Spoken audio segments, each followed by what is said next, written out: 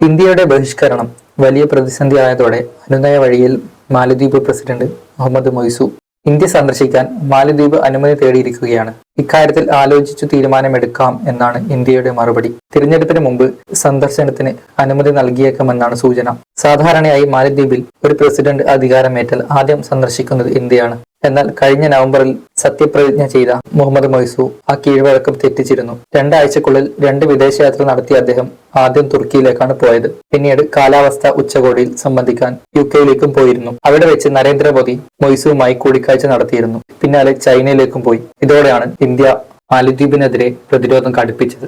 അതേസമയം മന്ത്രിമാരുടെ പരാമർശങ്ങളിൽ ഖേദമറിയിച്ച് മാലദ്വീപ് ടൂറിസം രംഗത്തെത്തി. മാലദ്വീപിലേക്കുള്ള ബുക്കിംഗ് കുറഞ്ഞ പശ്ചാത്തലത്തിലാണ് സംരംഭകരുടെ ഖേദപ്രകടനം. അതേസമയം ചൈനയോട് കൂടുതൽ അടുക്കുന്ന സൂചനയുമായി മാലദ്വീപ് പ്രസിഡന്റ് മൊയ്സു രംഗത്തെത്തിയിരുന്നു. ഇന്ത്യൻ ടൂറിസ്റ്റുകൾ കൂട്ടത്തോടെ ഒഴിയുമ്പോൾ കൂടുതൽ ചൈനീസ് സഞ്ചാരികളെ അയക്കണമെന്നാണ് ചൈനയോട് മാലദ്വീപ് ആവശ്യപ്പെട്ടത്. കൂടാതെ ചൈന മാലദ്വീപിന്റെ അടുത്ത സഖ്യകക്ഷിയാണെന്നും പ്രഖ്യാപിച്ചു. ഇതോടെ ഇന്ത്യയുമായുള്ള നയതന്ത്ര ബന്ധം കൂടുതൽ വഷളാകാനുള്ള സാധ്യതയും ഏറെയാണ്. കോവിഡിന് മുമ്പ് ചൈനയിൽ നിന്നായിരുന്നു മാലദ്വീപിലേക്ക് കൂടുതൽ സഞ്ചാരികൾ എത്തിയിരുന്നത്. ഈ സ്ഥാനം വീണ്ടെടുക്കാനുള്ള ശ്രമങ്ങൾ ചൈന ശക്തമാക്കണമെന്ന് അഭ്യർത്ഥിക്കുകയാണെന്നും മൊയ്സു പറഞ്ഞിരുന്നു.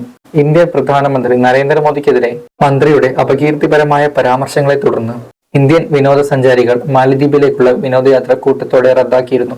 2014 ചൈനീസ് പ്രസിഡന്റ് ഷി ജിൻപിങ് ആരംഭിച്ച ബെൽറ്റ് ആൻഡ് റോഡ് ഇനീഷ്യേറ്റീവ് പദ്ധതികളെയും മൊയ്സു പ്രശംസിച്ചു. ദ്വീപിൽ സംയോജിത ടൂറിസ്റ്റ് സോൺ വികസിപ്പിക്കാനുള്ള $50 ദശലക്ഷം പദ്ധതിയിൽ ഇരു രാജ്യങ്ങളും ഒപ്പുവെച്ചതായും മാലദ്വീപ് മാധ്യമങ്ങൾ റിപ്പോർട്ട് ചെയ്തിരുന്നു. ലക്ഷദ്വീപ് സന്ദർശന വേളയിൽ പ്രധാനമന്ത്രി നരേന്ദ്രമോദിയുടെ ചിത്രങ്ങൾ പോസ്റ്റ് ചെയ്തതിന് പിന്നാലെയാണ് മാലദ്വീപ് മന്ത്രി അധിക്ഷേപ പരാമർശം നടത്തിയത്.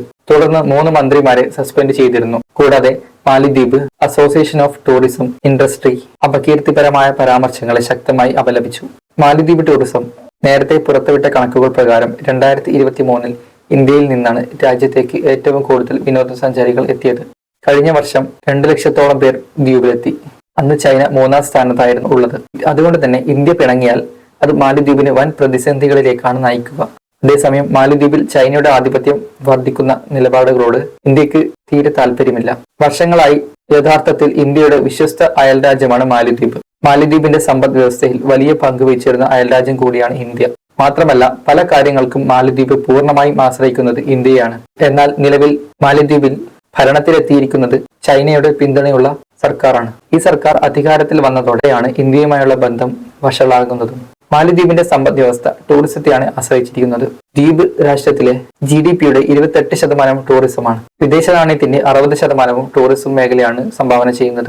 ഇത്തരമൊരു സാഹചര്യത്തിൽ ഇന്ത്യ പിന്തിരിഞ്ഞാൽ മാലദ്വീപിന് സാമ്പത്തികമായി വലിയ നഷ്ടം നേരിടേണ്ടി വരുമെന്നുള്ളതാണ് യാഥാർത്ഥ്യം. മാലദ്വീപ് പ്രധാനമായും സ്ക്രാപ്പ് ലോഹങ്ങളാണ് ഇന്ത്യയിൽ നിന്ന് ഇറക്കുമതി ചെയ്യുന്നത്. ഇതിനു പുറമെ എഞ്ചിനീയറിംഗ് ഉൽപ്പന്നങ്ങളും ഫാർമസ്യൂട്ടിക്കൽസ്, റഡാർ ഉൽപ്പന്നങ്ങളും മാത്രമല്ല ഭക്ഷണത്തിന് മാലദ്വീപ് ആശ്രയിക്കുന്നതും ഇന്ത്യയെ തന്നെ.